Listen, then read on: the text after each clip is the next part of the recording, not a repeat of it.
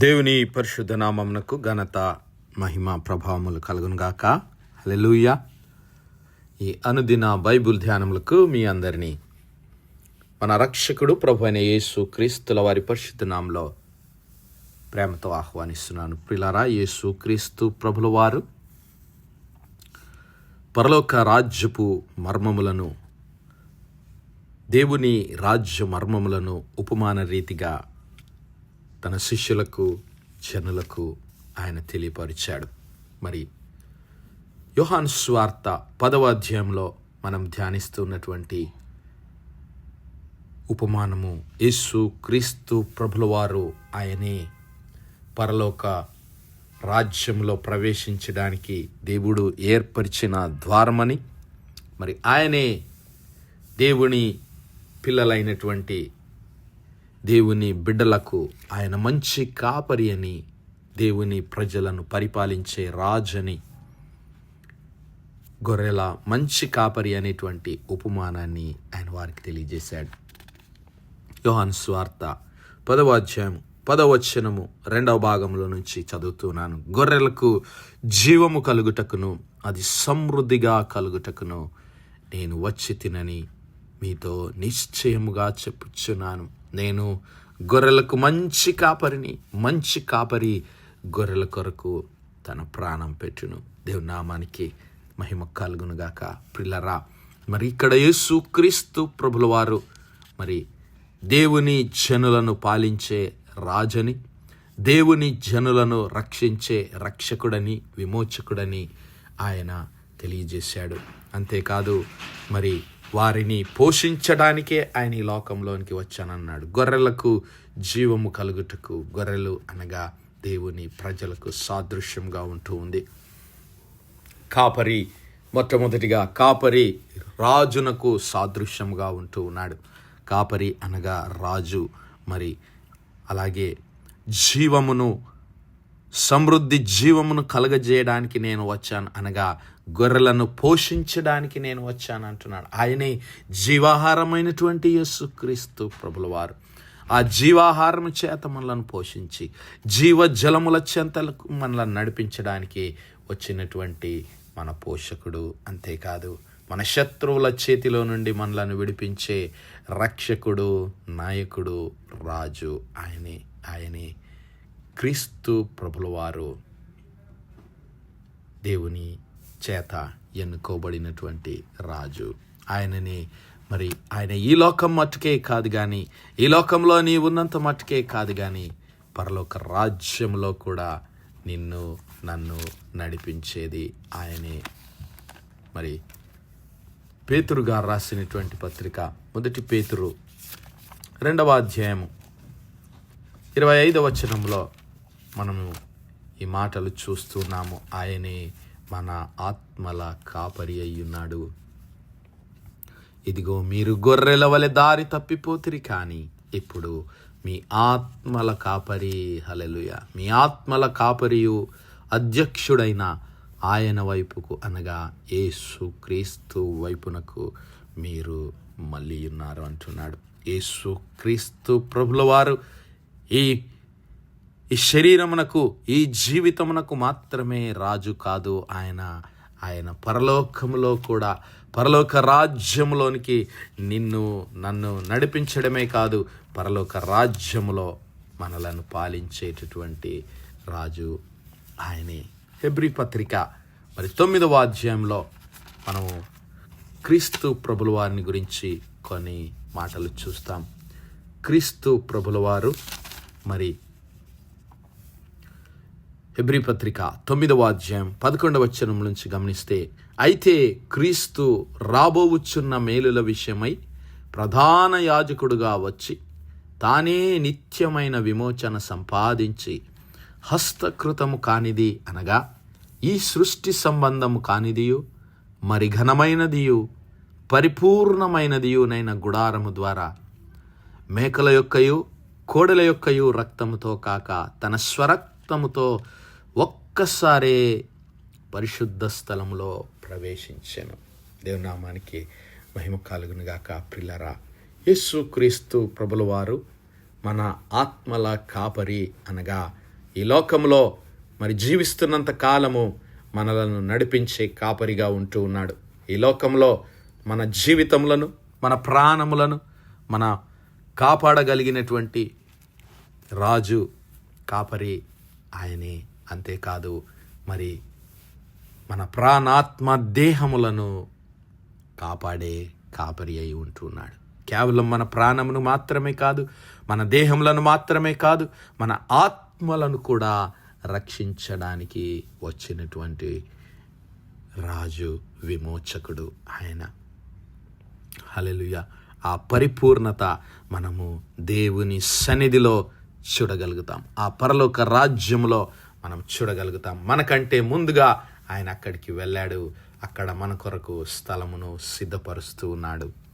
మరి ఆయన ఇప్పుడు ఎక్కడ ఉన్నాడు, ఆయన ఏం చేస్తూ ఉన్నాడు అంటే, ప్రియులారా, ఇదిగో మేకల యొక్కయు కోడెల యొక్కయు రక్తముతో కాక తన స్వరక్తముతో ఒక్కసారే పరిశుద్ధ స్థలంలో ప్రవేశించెను. పరిశుద్ధ స్థలం అనగా ప్రియులారా, దేవుని సన్నిధానము, పరలోక రాజ్యము.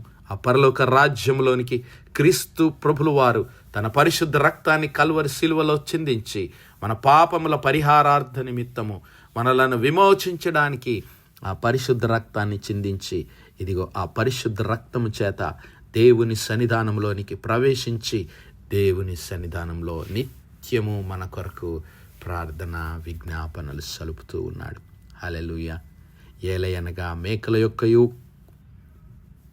ఎడ్ల యొక్కయు రక్తము మైలపడిన వారి మీద ఆవుదూడ బూడిద చల్లుటయు శరీర శుద్ధి కలిగినట్లు వారిని పరిశుద్ధపరిచిన ఎడల నిత్యుడగు ఆత్మ ద్వారా తన్ను తాను దేవునికి నిర్దోషినిగా అర్పించుకున్న క్రీస్తు యొక్క రక్తము నిర్జీవ క్రియలను విడిచి జీవము గల దేవుని సేవించుటకు మీ మనస్సాక్షిని ఎంతో ఎక్కువగా శుద్ధి చేయను. దేవుని నామానికి మహిమ కలుగును గాక. పాత నిబంధన కాలంలో దేవుడు మోషే ద్వారా ఆజ్ఞ ఇచ్చాడు. ఇదిగో మరి పాప క్షమాపణ నిమిత్తము మేకల యొక్క రక్తం అయితేనేమి, ఎడ్ల యొక్క రక్తం అయితేనేమి తీసుకొని మరి దేవుని సన్నిధిలో అర్పించి, మరి ఎవరైతే పాపం చేస్తారో వారి పక్షమున ఆ రక్తాన్ని చిందించినప్పుడు దేవుడు వారి పాపములను మన్నించి, వారి దోషములను క్షమించి, వారికి మరి క్షమాపణ దేవుడు అనుగ్రహించాడు.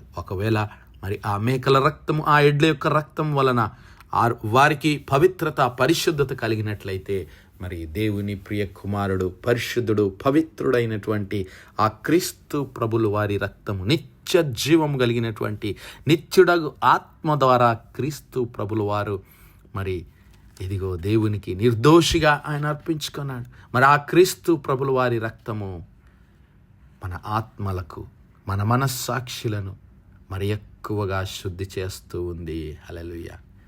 మరి ఆ క్రీస్తు ప్రభుల వారు ఆయన దేవుని సన్నిధానంలో ప్రవేశించాడు. పరిశుద్ధ స్థలములో ఈ సృష్టి సంబంధము కానిది, మరి ఘనమైనది, పరిపూర్ణమైనది.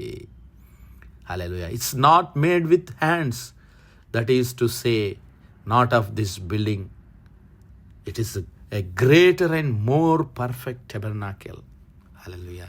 దేవుని నిత్య నివాసము, నిత్య గుడారము, ఆ పరలోక రాజ్యములో ఆయన నీ కొరకు, నా కొరకు ప్రవేశించి మన ఆత్మలను పరిశుద్ధపరచడానికి పరలోక రాజ్యములో, దేవుని సన్నిధానంలో, దేవుని పరిశుద్ధ స్థలంలో ఆయన మన కొరకు కనిపెడుతూ ఉన్నాడు.